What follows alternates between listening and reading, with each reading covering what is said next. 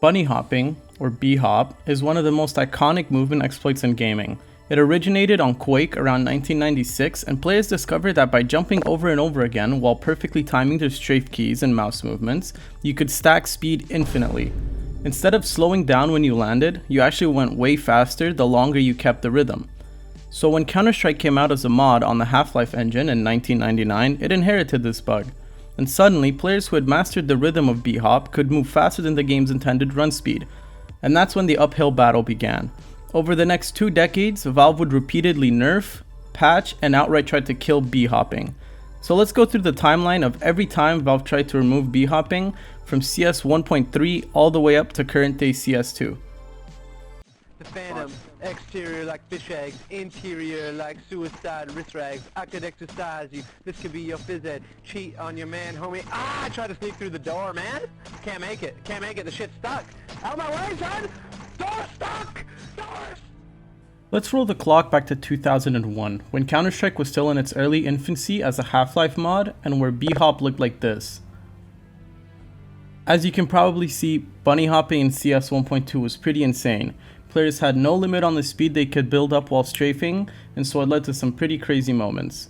This all came to an end when Counter-Strike 1.3 released on September 19th, 2001, where in the patch notes, Valve officially started the 2-decade-long battle against B-hop with a note that simply read, "Bunny hopping removed." Now this didn't completely remove bunny hopping, but instead it added a hard cap to the speed you could gain while jumping around, shifting the focus from how fast you could go to how long you could stay at the speed limit, which was still way faster than the regular run speed. Players at that time were a little upset, but it led to the start of the movement community.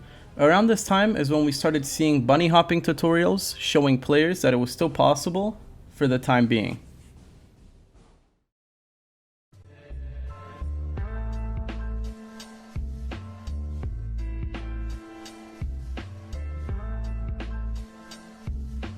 Jump forward 7 months, and on April 24th, 2002, we saw the release of Counter-Strike 1.4, and with it came some significant changes to the movement in Counter-Strike. CS 1.4 introduced features that we're all now used to, with having a standstill while planting and having a standstill while defusing. And yes, before this you could literally walk around while planting the bomb. It was pretty awesome.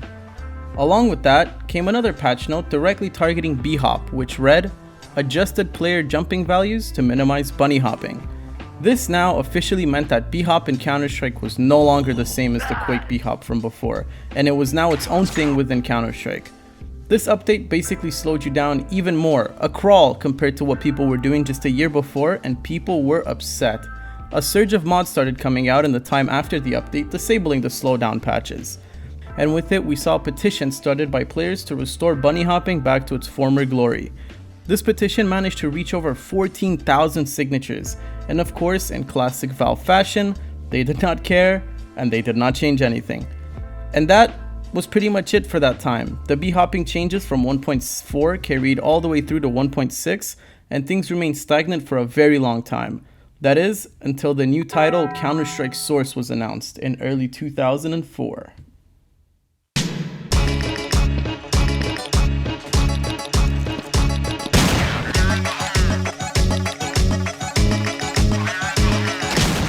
October 7, 2004 introduced the world to the new era of Counter-Strike with the release of Counter-Strike Source.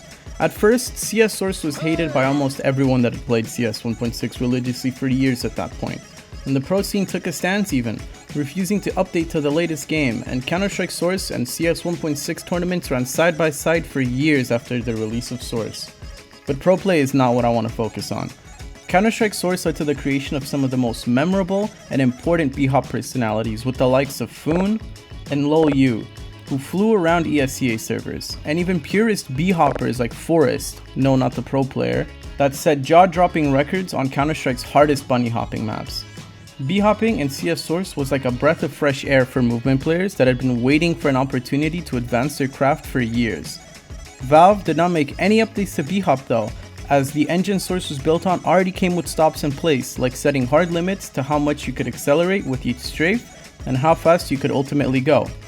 Even with these stops in place, bunny hopping was still thriving in Source, as the skill ceiling was lower than ever before. This led to the creation of a plugin for servers called Z-Block. Yes, like the one in the Foon video title. This plugin basically tried to stop bunny hopping completely, lowering the airstrafe speed to a crawl, then making bunny hopping more punishing than rewarding. This plugin was very quickly adapted and became a necessity for any and every Counter-Strike source server that took itself seriously, like ESEA. And that's what Source was looking like for a long time. The only big change that happened later was actually in February of this year, 2025, when CS Source was put on the TF2 branch, adding the command SV auto bunny hopping to the game. And that was all until CSGO was announced in 2011 and came out in the summer of 2012. Green, what's your problem, Green? What is your problem? Missile alone ramp, missile alone ramp.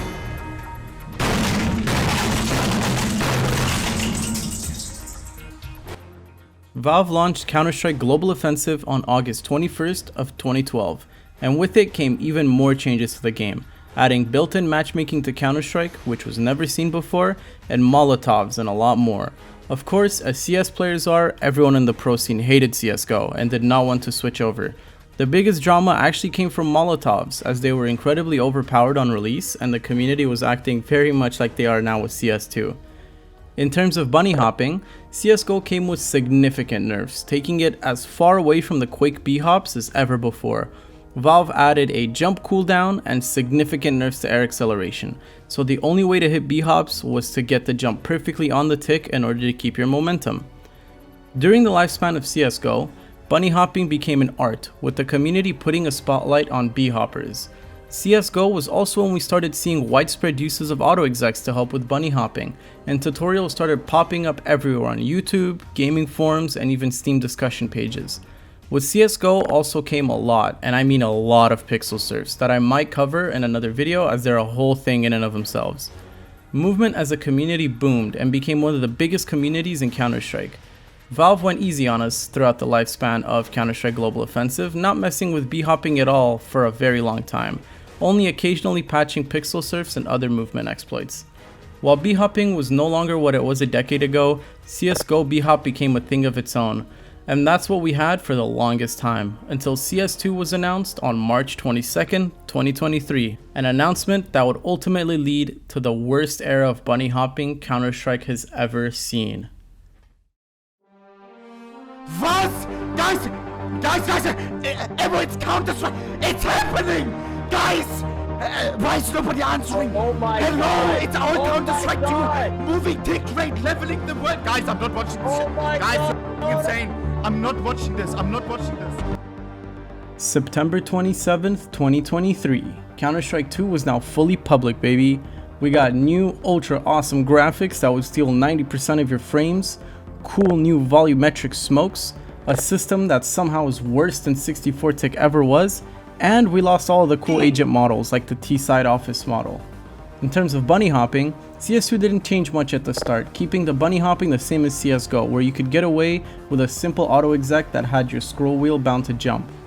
Though, there was a glaring issue, and that was the subtick system. Subtick made b-hopping almost impossible with the way it worked by default, so desubticked configs started circulating that would run multiple inputs like plus jump and minus jump simultaneously in order to get your jump input to stick onto a tick rather than a subtick. This was used for crouching, jumping, shooting, moving, pretty much everything. It was also during the release of CS2 where we saw things like the Michael Jackson lean bind, which put pressure on Valve to address how binds could work. 2024 came around and Valve decided to make their first change in a chain of changes that would ultimately kill b-hop as we know it. In August 2024, Valve made it so you can no longer have multiple actions bound to one key. This means that all the configs that let us b-hop before died. Thankfully, people like Ruby Rain along with other members of the movement community quickly found a workaround.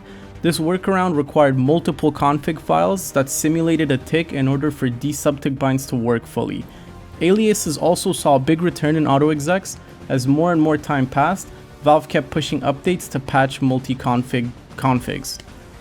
This culminated into the release of the movement folder based auto execs for movement. This may sound familiar because it's still what we currently use today. A movement folder with 9 to 12 configs and an auto exec with 2 other configs on the side. This created turmoil and great distrust between Valve and the movement community. The final blow came from Valve on July 28th, 2025, where Bhop as we knew it became locked behind a cheat-protected command. CS players were now left jumpless, binds not working correctly, B-hopping was non-existent, and much more. The community tried to claw back what it could, figuring out that you could get almost CS 1.3 level B-hops if you set your FPS to 64 or 100, giving us 2 weeks of hope until August 14th when Valve made FPS Max only usable in the main menu. Which leads us to present day, September of 2025, where we haven't seen B-hop in its original capacity for almost 2 months now. And even though Valve themselves said they have no intentions to remove it, but with the current state of the game, it's looking more and more like a lie. Quick editing note. On the 10th of September, Valve dropped an update, basically disabling exec async. This was done to patch a anti-recoil script, but in return it also completely removed the ability to jump bug and long jump bind, which is a problem. But this is actively being worked on by the community. But yeah, it's cooked. We can only jump right now. Are those red balls only for the commercials, or can you actually drink them? No, you can actually, you can drink them. It's fine. And that's pretty much it. Bunny hopping has become a quintessential part of Counter-Strike, carrying through to almost every single first-person shooter game in the industry in some regard. But Valve, despite what many people think, have always been trying to remove it in some regard. For some, these changes were necessary for the integrity of the game, but for many others like myself, that's what made Counter-Strike fun. It led to so many funny moments and awesome clutches, and it's given so many people a creative outlet for so many years. And now, we're left with a shell of what was once the biggest community in Counter-Strike. Valve, if you're listening, please bring back Bhop. Counter-Strike would not be what it is today without it. Thank you for watching.